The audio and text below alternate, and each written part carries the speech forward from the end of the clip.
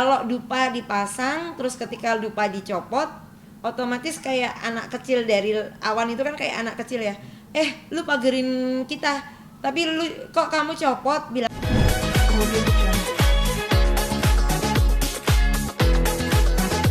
Penjelasannya kan bicara pawang hujan tuh kan sudah ada dari dulu gitu Mbak. Dari dulu.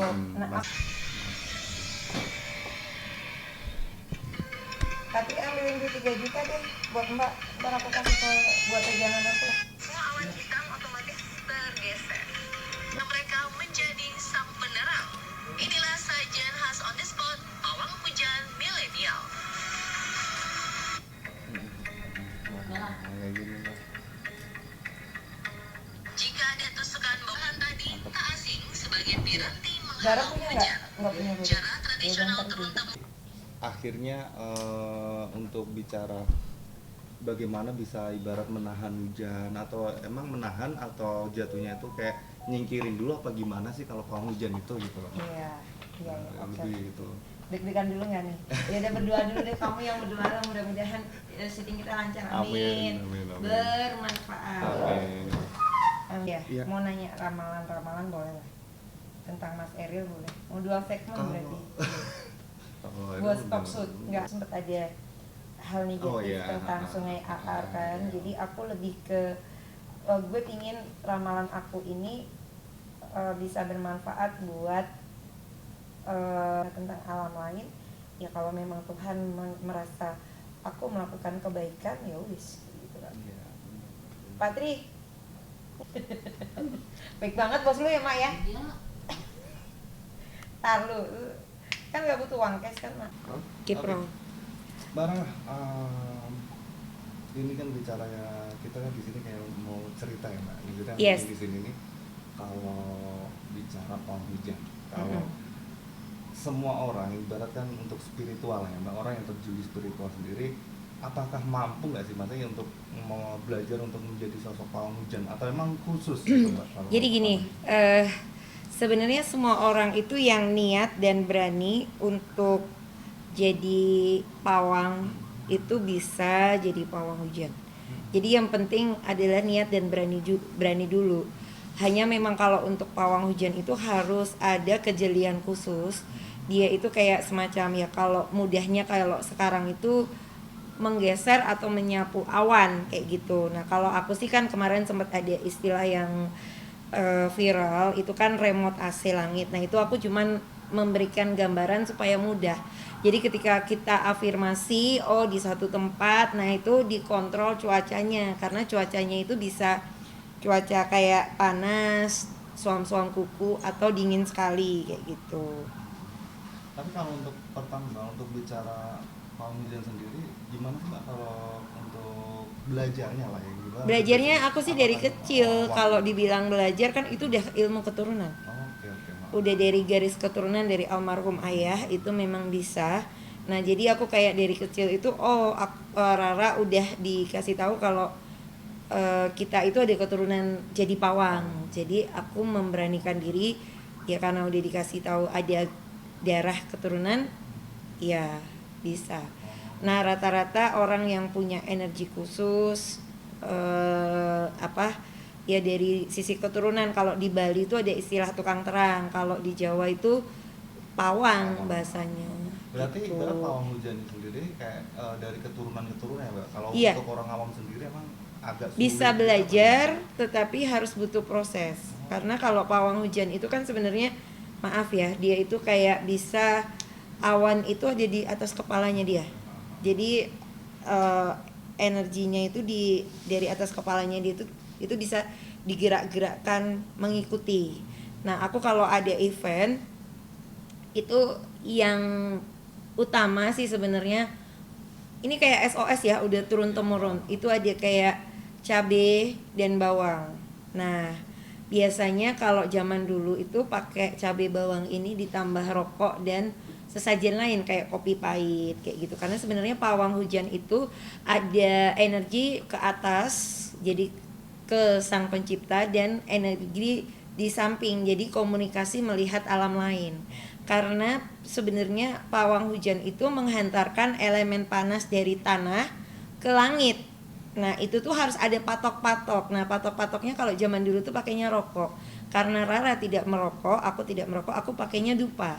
Dupanya ada 2 jenis, dupa yang biasa ini, yang satu dupa yang 12 jam atau 8 jam. Nah itu harus dipatok di sekitar event. Nah itu untuk jagain. Jadi ada 2 metode, satu menahan, umpamanya lihat dulu nih di BMKG hari ini lokasi, umpamanya lokasi di Sudirman itu seperti apa, apakah hari ini prediksi cuacanya itu hujan atau biasa kayak gitu kan. Nah terus aku juga melihat kondisi yang lain. Nah contoh kayak hari ini kan kita di Kebayoran Baru ini hujannya itu kan 30 sampai 40%. Nah tapi aku hari ini ada pesanan pawang hujan jarak jauh untuk event kenegaraan, jadi diharapkan hari ini tuh cerah.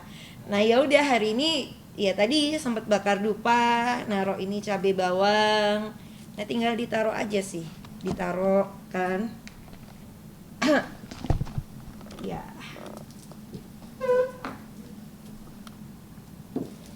Nih biasanya sih angkanya kalau ini ganjil ya.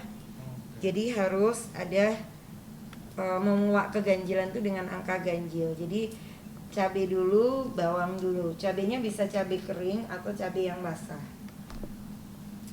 Nah, ini tinggal di dupanya tinggal dibakar kan gitu ya. Nah, ini dibacain doa dulu. Intinya memohon kepada Allah Tuhan Yang Maha Kuasa supaya lokasi yang aku tuju itu bisa cerah. Nah, ini aku melihat geser-geser awan kayak gitu. Nah, ini biasanya ada sajiannya, ada minumannya. Minumannya yang hangat. Bisa teh atau kopi gitu. Oh berarti Nah, untuk pawang hujan sendiri tuh tidak serta-merta harus datang ke lokasi ya? enggak, jarak jauh. Nah, biasanya terus aku meditasi karena kan kalau pawang hujan itu ini ya bisa membuka portal dimensi alam lain. Nah, itu pelaku spiritual. Jadi di sini aku meditasi, aku membayangkan orang-orang yang ada di sekitar yang pesan juga baik jarak jauh maupun jarak dekat. Nah, ini main singing bowl. Nah, makanya terus pada bilang ini jadi remote AC. Sebenarnya remote AC-nya itu ada di diri kita, tapi afirmasi. Contohnya kayak aku waktu di MotoGP itu, aku afirmasi mendoakan teman-teman para pembalap, panitia itu sukmanya aku doain dari bawah langit sampai ke langit, memohon berkah Tuhan gitu sebenarnya. Jadi afirmasi meditasi. Oh berarti kalau untuk yang ini sendiri termasuk untuk Ini resonansi suara. berarti lebih meditasi ya Mbak? Iya, Untuk lebih ke meditasi. Oke. Jadi kayak lebih menenangkan diri, mengumpulkan gelombang energi positif. Kalau ini sebenarnya. Berarti kalau untuk bahan-bahannya Mbak, untuk bahan-bahannya yang Cuman itu aja sebenarnya. Sebenarnya secara tradisional maupun secara modern tetap sama aja, cabai bawang sama yang ngasih elemen panas berupa asap. Rokok itu kan ada asapnya, terus dupa itu kan ada asapnya. Jadi dari asap itulah kayak gitu. Dan kalau pawang hujan itu yang penting adalah berani, yakin akan kebaikan Sang Pencipta, sebutannya entah Tuhan, entah Allah atau apa, dan yakin ada yang membackup. Kalau aku yakin yang membackup itu adalah leluhurnya Semar gitu. Kalau untuk persiapan sendiri Mbak Nana, kalau di saat untuk menjalankan event sendiri untuk biasanya aku puasa, H-1 aku puasa. Tapi ya contohnya kan kemarin sempat ada kalimat Knowing Festival itu gagal. Tapi kan Knowing Festival itu kan sempat memang sempat hujan, tapi di hari pertama gerimis itu cuma 5 menit. Hari kedua itu sempat hujan, tapi bisa digeser sampai selesai juga bisa cerah. Nah, itu tuh kadang awan itu ada yang manja. Jadi ketika pawang hujannya itu kan matokin, ketika pawang hujannya keluar sebentar, itu hujan. Atau ketika dupanya mati, itu biasanya turun. Jadi kendalanya waktu di event itu kadang dupanya mati atau saat di titik yang saya tuju dupanya itu nggak boleh dinyalain di situ kayak gitu. Kalau untuk kerja sendiri Mbak, kalau ibarat Mbak Rara sendiri akhirnya ada timnya sendiri untuk Ya, orangnya aku atau mungkin aku sendiri gitu? ada tim. Ketika kita mau melakukan sesuatu, aku tetap butuh bantuan. Aku sih bilangnya adalah asisten. Tapi kalau saat event itu aku tidak menerima pawang hujan lain dalam satu lokasi, paham? Karena gini, langitnya itu kan satu ya. Otomatis kayak kita AC biasa, itu kan harus remote-nya satu. Kalau remote-nya banyak nanti kan ada yang setting apa dingin banget, ada yang setting biasa atau yang matiin. Nah, itu kan jadi riweh. Jadi kalau ada salah satu event, sebaiknya pawang hujannya satu, kalau ada pawang hujan lain itu dikumpulin jadi satu, tetapi yang satu itu ada, kalau bahasanya jadi pilot. Motornya gitu ya. Iya, jadi pilotnya, yang lainnya jadi pramugarinya kayak gitu. Berarti pernah nggak Mbak kalau bicara untuk pawang hujan sendiri yang lucu yang menarik mungkin di saat Mbak Rara lagi nanganin ini ternyata ada yang ngusil nih pawang hujan. Oh, gitu. pernah, Nah, gitu. pernah. Jadi waktu di Bali itu aku pernah jadi pawang hujan, dan ternyata yang ngusilin itu mau ngirim hujan. Yang waktu kemarin, waktu 2019 itu kampanye di sini, kampanye Akbar, itu Rara jadi pawang hujan. Nah, waktu aku meditasi kok tiba-tiba ada awan gelap. Nah, itu ternyata kiriman orang yang mau menggagalkan. Tapi kembali lagi, saya itu tipikal, mungkin asisten saya apa, uji nyali ya bahasanya. Karena kalau mau hujan itu Mas, itu hujan, air tuh netes ke aku, terus aku bilang ini hujan nih. Teman-teman pada bilang enggak hujan. Aku bilang ini pasti dupa mati nih, saya bilang kayak gitu kan. Ada alarmnya dulu gitu ya. Iya, nah terus gimana Mbak? Ya aku coba tahan, kalaupun nggak bisa nanti netes tapi nggak parah banget. Jadi sebenarnya pawang hujan itu fungsinya adalah satu, menahan, dua, menggeser, terus bisa juga mengecilkan. Jadi ketika intensitas hujan itu 100%, di daerah luar event itu hujan banget, pawang hujan itu bagaimana caranya? Contohnya kayak konser itu dikecilkan volumenya sampai habis banget, minimal konser tetap berjalan, musik berjalan, dan alat-alat itu tidak basah kayak gitu. Mungkin ada persepsi orang gagalnya pawang hujan kok tetap netes. Nah, tapi ya saya selalu bilang kesempurnaan hanya milik Tuhan. Kalau umpamanya tidak bisa digeser sama sekali karena daerah itu sudah intensitasnya tinggi, minimal di pawang hujan, ada pawang hujan tuh dipagerin supaya cuacanya tuh kecil banget gitu, intensitas hutannya jadi gerimis, netesnya cuman kecil sekali gitu. Berarti kan jatuhnya kan memang akhirnya Mbak Rara sendiri juga nggak bisa menjamin apa namanya, jatuhnya kan untuk benar-benar nggak hujan. Pasti pernah kan Mbak kalau bicara? Pernah. Kalau saya ketemu dengan event itu saya selalu ada bahasanya ridersnya. Jadi ada perjanjiannya, ada ridersnya. Saya punya tarif apabila memang saya tidak bisa menghandle sampai selesai acara itu, rundownnya tidak bisa dijalankan, saya bersedia dibayar 50%. Tetapi biasanya itu tetap bisa dihandle. Karena dari, ya kembali lagi, asal berani aja, karena resiko terbesar pawang hujan adalah kena petir. Saat hujan dia berani menerjang. Saya lebih ekstrim kalau saya udah melihat nih ada salah satu asisten saya nggak tenang. Umpamanya ada asisten saya nih lupa bakar dupa, saya suruh dia keluar dari arena supaya dia tidak kena resiko kena petir. Karena gini, saat jadi pawang hujan itu kan kita, maaf ya, meminta berkah Tuhan, meminta berkah dari Allah Tuhan yang Maha Kuasa supaya bisa mengontrol cuaca. Nah, itu sebenarnya lawannya itu adalah petir. Kalau dupa dipasang, terus ketika dupa dicopot, otomatis kayak anak kecil dari awan itu kan kayak anak kecil ya. Lu pagerin kita, tapi lu kok kamu copot, bilang kayak gitu. Berarti kita bebas dong di sini. Nah, saya tuh takut asisten saya, satu sakit kehujanan, dua dia kena petir. Jadi saya lebih baik sendiri gitu loh. Karena pernah pengalaman yang nggak, jaraknya itu cuma 1 kilometer apa 2 kilometer, itu ada ajang pilkada, saya diminta oleh salah satu calon kepala daerah. Nah, ternyata ada lawannya itu yang incumbent itu malah nyewa tukang panggil hujan. Nah, waktu itu asisten saya bilang, udah masuk mobil semua, jarak 3 km sampai 5 km video call. Nah, masuk mobil terus drivernya itu udah video call. Nah begitu driver video call, saya nyalain singing, saya main singing bowl, saya bakar dupa 1. Apabila mau ada serangan, saya minta keamanan buat diri saya dan tanda. Jadi waktu itu tidak ada hujan.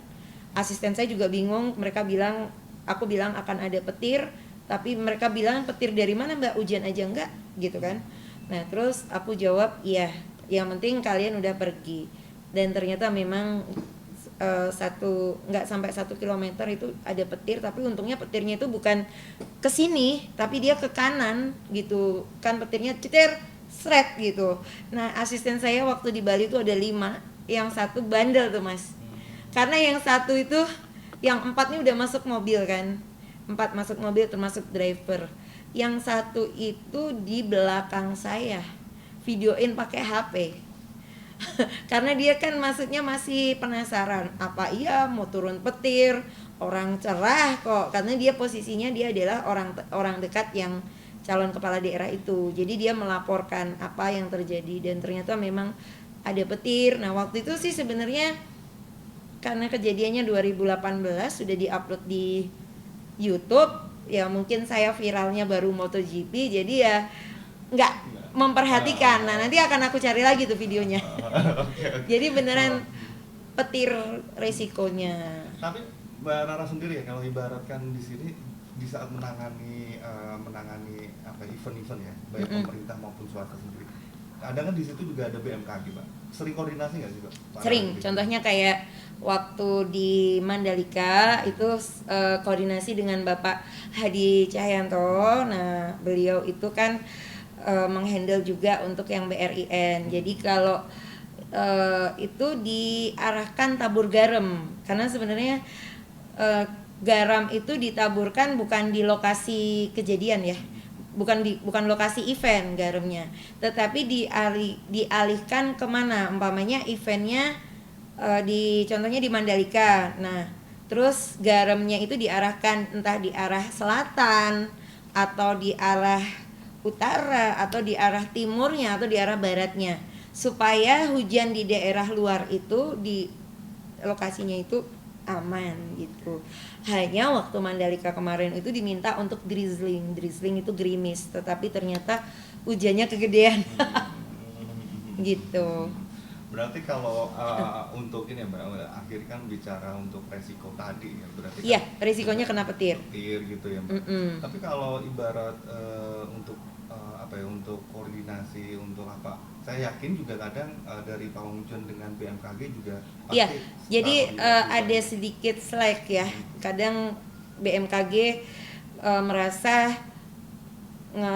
memang waktunya hujan atau memang tidak perlu pawang hujan. Tapi kembali lagi, saya sih sering mengatakan kalau teknologi itu diperlukan, kalau pawang hujan itu kan sebenarnya kekuatan doa. Jadi kita memperkuat untuk event kayak gitu. Dan tidak semua event juga harus ada pawang hujannya. Ternyata kok cerah kayak gitu kan. Nah, sempat banyak orang nanya yang tentang Formula E itu kan, tanpa pawang itu cerah. Nah sebenarnya yang Formula E itu sempat hari Jumat itu kan hujan. Nah teman-teman dari RMI yang sudah kenal Rara itu nanya gimana nih Mbak hujan, karena kan mereka itu butuh waktu untuk mengubah sirkuit jadi bagus. Nah mereka itu sudah terbiasa pakai rokok untuk doa minta cerah, intinya tuh gitu. Dan ternyata ya mereka bisa jadi pawang hujan karena sudah 21 hari bersama Rara. Oh gitu ya Mbak? Iya, jadi tidak perlu, maksudnya kalau dibilang Formula E tanpa pawang hujan ya saya sebenarnya nggak setuju juga, karena mungkin Formula E tanpa pawang hujan yang terkenal, tetapi ada orang-orang yang berani mendoa memohon kepada Tuhan supaya cuaca cerah. Nah itu kan sudah jadi pawang sebenarnya, hanya mungkin tidak ada pawang hujan yang profesional dibayar. Tapi untuk doanya sendiri tuh fleksibel apa seperti apa sih Mbak? Doanya fleksibel. Kalau yang asisten aku kan Muslim, nah biasanya sih Al-Fatihah, Al-Falaq, Al-Ikhlas. Ada juga yang biasa Bapak kami, kalau saya kan kejawen ya. Ya saya sering menggunakan juga Gayatri mantra Hindu. dan juga ya saya baca hafal sedikit parita. Intinya Sulman Slamet minta supaya event berjalan baik gitu, dan rundown sesuai kayak gitu. Yang mau pulang habis acara juga bahagia. Oke. Dan terakhir Mbak, ini mungkin yang bicara kan dari kemarin berapa ya ibarat rame lah ya Mbak, dari Rame. pro kontra kayak gini sendiri. Yes. Mbak Rara ini menanggapinya seperti apa sih Mbak? Jadi gini, Kalau untuk netizen. pro dan kontra itu kan ibarat hitam dan putih. Ada yang putih, ada juga yang hitam, kayak merendahkan sekali. Kenyataannya ajang MotoGP mendapatkan apresiasi. Jadi saya trending 1 dunia dengan kalimat it works. Berhasil karena saya bersama tim dari Dorna Sport, MotoGP dan firm itu 21 hari bekerja. Kadang dimintain. Jadi pawang hujan itu bisa panggil hujan juga. Nah, itu mereka sudah mengakui berhasil, otomatis kearifan lokal mendunia. Kalau yang netizen lokal menghina itu buat saya nggak masalah. Yang terpenting adalah saya sudah berkarya.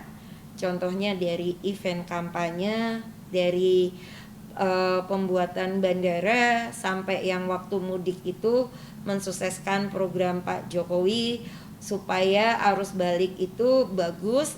Nah, jadi ada pelebaran jalan di tol Jakarta Cikampek. Biar tidak terhambat gitu ya. Yes, nah di situ saya hampir 11 hari saya tidur di depan tol, sesuatu yang baru di kontainer.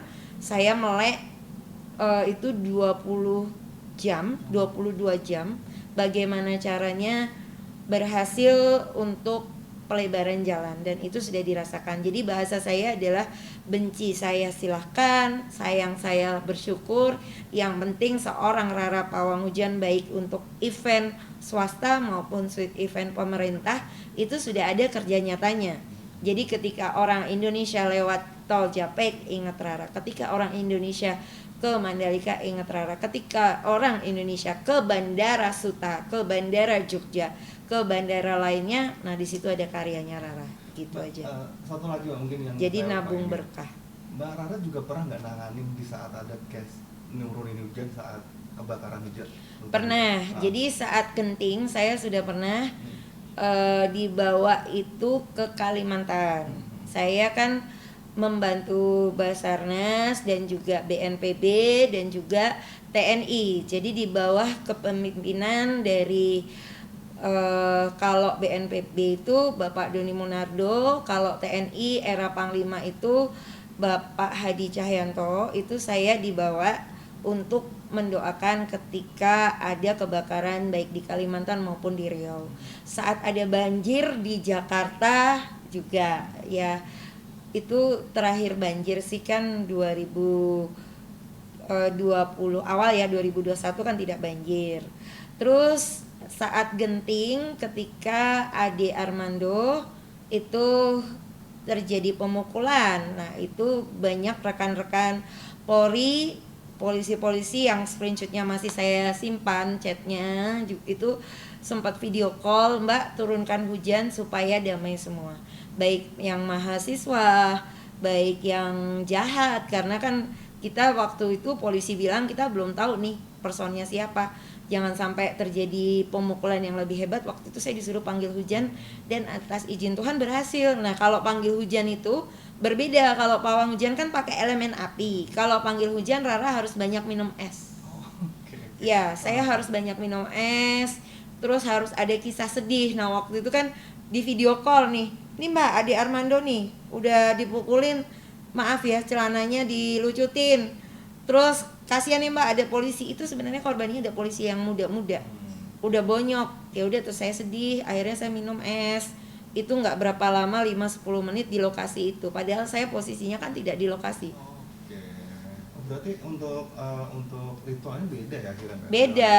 Nah, itu kan pakainya namanya kekuatan telepati. Kekuatan telepati di situ sebenarnya miracles, meminta keajaiban.